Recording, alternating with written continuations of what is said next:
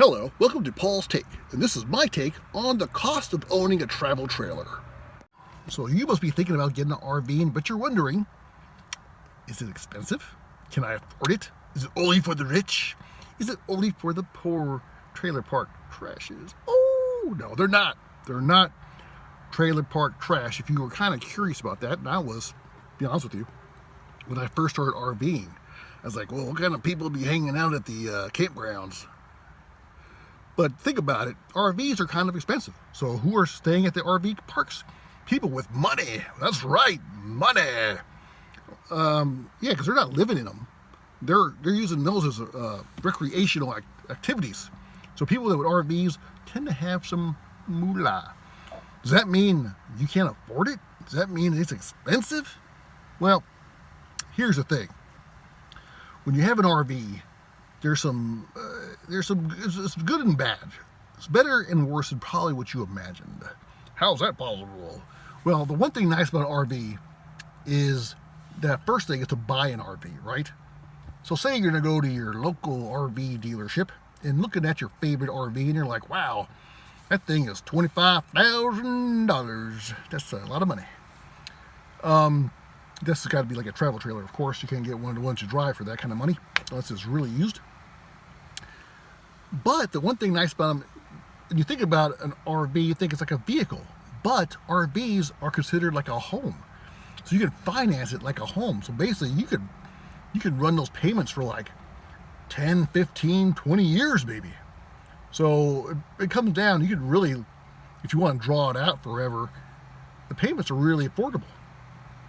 We had ours, it was, let's see, it was only about $15,000. That might sound like, hey, that's a car payment. But we actually spread the payments out for like 10 years. The payment was only like $150 a month. So that ain't bad. Pretty much anybody can afford something like that. And if you want to, they say, and I kind of agree in a sense, where you should buy your second RV first. Meaning, you might say, well, maybe I'll try a small one. Well, we did. We bought a small one for like $15,000.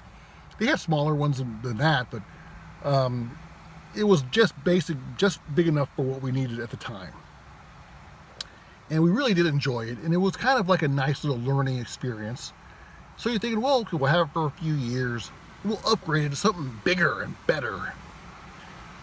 So the buying the RV was not hard. We put like $0 down, and like I said, the payments were really low. To trade it in though, if you try to trade in a used RV, because used now, you could have bought a brand new, but now you trade it in a couple of years later, even a year later, they will kill you on the trade. Kill you. They won't give you anything for it. I mean, just like a smile, maybe. A glass of water, maybe a soda pop if you're lucky. But really, you take a beating on trades. So it is better to get your second one first. Maybe a little more than you think you can handle. A little bit. And also, whenever possible, it is way better. You're going to save a ton of money if you can buy one from a private party. Because, like I said, they're going to take a gnarly hit on your new RV. When you buy an RV and you try to trade it in for your next RV. They will kill you. It's almost ridiculous. Because they try to tell you when you're buying it, this is a great deal. You can't get an RV like this for this kind of money. You're stealing it from us. But then you try to trade in, they won't give you anything for it. So like, what happened to that great deal? So anyways, forget about that.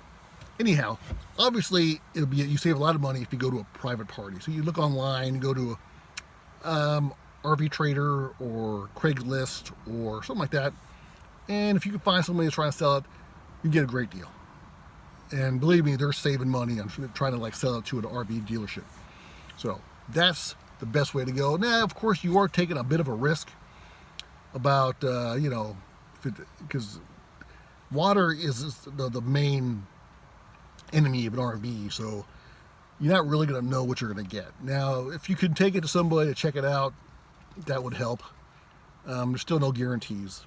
And the things do seem to get old rather quick, so there's that issue. So I'll let you decide should go new or used.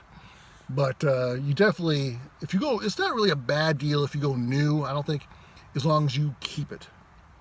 If you're trying to sell it, then that's when you're really going to feel it. Because there is a peace of mind when you get something new, I got to admit. Okay, so you bought your RV. Now you wonder, well, how much is the insurance? That thing is huge. Insurance got to be terrible. Well, the insurance is really cheap on an RV because you don't drive it. It's not like a car you drive it every day. So you'd be amazed how affordable the insurance is. So don't worry about the insurance, okay? All right, so the camper, when you break it down monthly, it's not that bad. The insurance isn't that bad. So great. Awesome. Where does it get expensive then, you're trying to say? It seems like it's a pretty good deal. And it can be. Well, I'm not going to even say that. It's really not. It's going to be, having an RV is, there's definitely, it's expensive.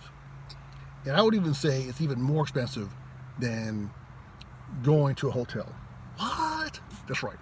It doesn't seem like it at first. So if you look at a line, you go to your KOA or any of your other campgrounds, yeah, the monthly fee, the monthly rate is considerably less than a hotel. Considerably.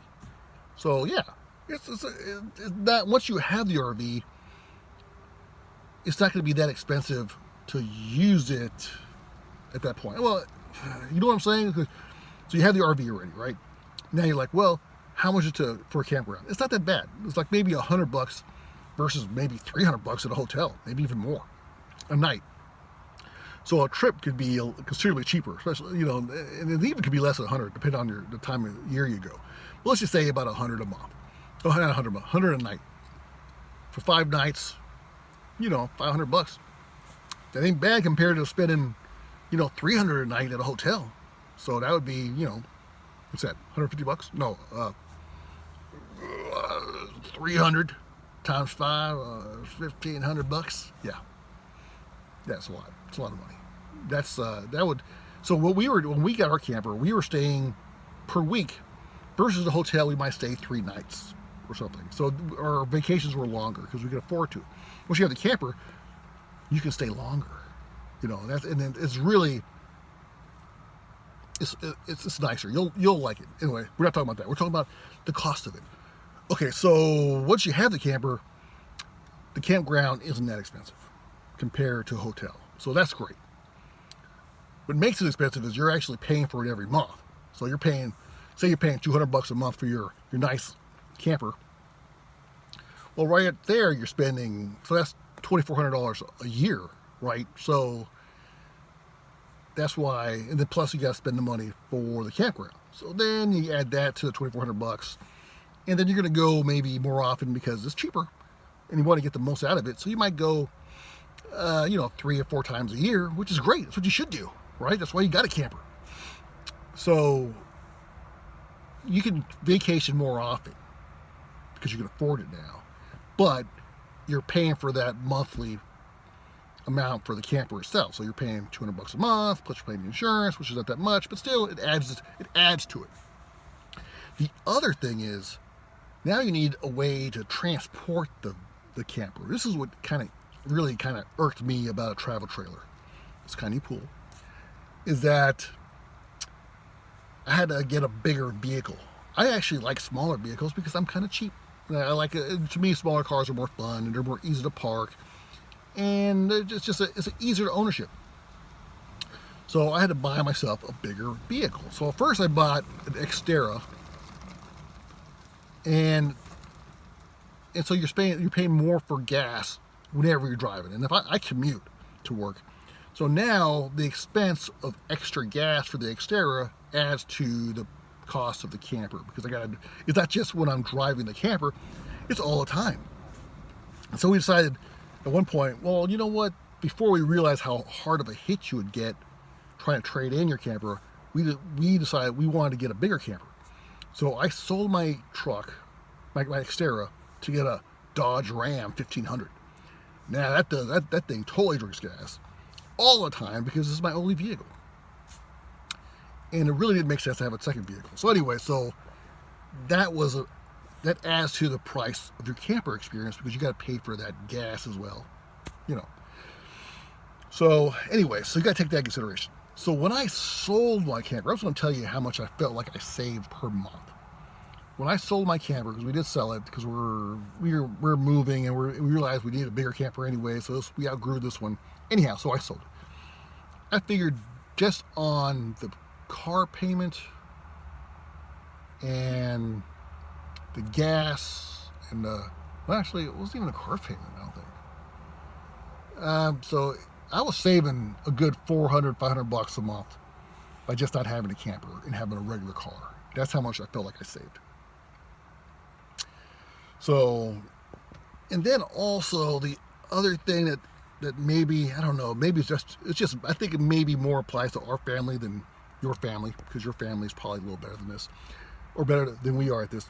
But when we go, we're used to going to hotels, and we're used to eating out.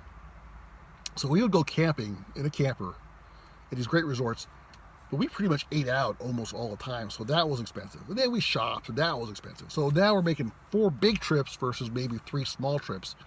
So you're spending more on food, on stuff, because you're buying things when you're shopping. So all in all, it was considerably, it's more expensive than maybe I thought it would have been, not realizing it. But that's pretty much it, though. You're paying for the vehicle you need to tow, the camper, and just spending money when you're out and about. So all in all, you're going to spend more than a hotel. Now, does that mean I wouldn't do it? No, I think I just do it better this time, now that I know. We actually do miss it a lot, because we like I said, we outgrew this one, and we bought a house, and we said we need to save some money for the house because we weren't really sure what we're getting into. So moving forward, what we're going to try to do, and this might not be for another year or so, so you can watch my video, hit like and subscribe, and you can watch my journey through finding my next vehicle. What we're probably going to do is get a one that you drive, a Class C, I think it is, Class C motorhome. We're going to try that route. That way, when I'm not driving the camper, I can still drive my smaller car and save money on gas. And it's just wasting gas when you're driving the RV.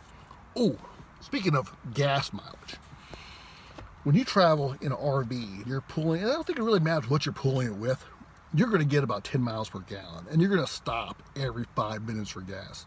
So that's another thing that was really disappointing and a bit annoying, because you're going to spend quite a bit of money when you transport. Like if you go on 3 hours or 4 hours to go to your campground, you basically stop every hour to fill up on gas. Okay, so think about how much you spend on filling up on gas. You're probably going to spend it pretty much every hour, because it cuts into your travel time, because for one, you're not driving as fast, and two, the travel trailers have, if your vehicle has it's got a decent sized tank for not pulling anything, but as soon as you start pulling something, it cuts into your gas mileage. So we're going to try an RV, see if we like that better. It's good in one way, in some ways, in a sense where, like I said, I don't have to I could drive a small car to commute and then use the travel trailer or use the RV to go camping. But then you got to think, well, do I have to pull a vehicle now? Yeah, you got to pull a vehicle or something, or not have a vehicle to go when you just ride a bike or something. I don't know. That might be kind of annoying. And then also, you got to deal with another motor. So that's going to be a learning curve. But the travel trailer, that's my experience. So anyhow, hopefully that helps, gives you an idea of how much it costs to travel, or how much it costs to own we'll do a travel trailer. All right. Anyhow, thanks for watching Paul's Take. That's my take on the cost of a travel trailer. Thanks for watching Paul's Take.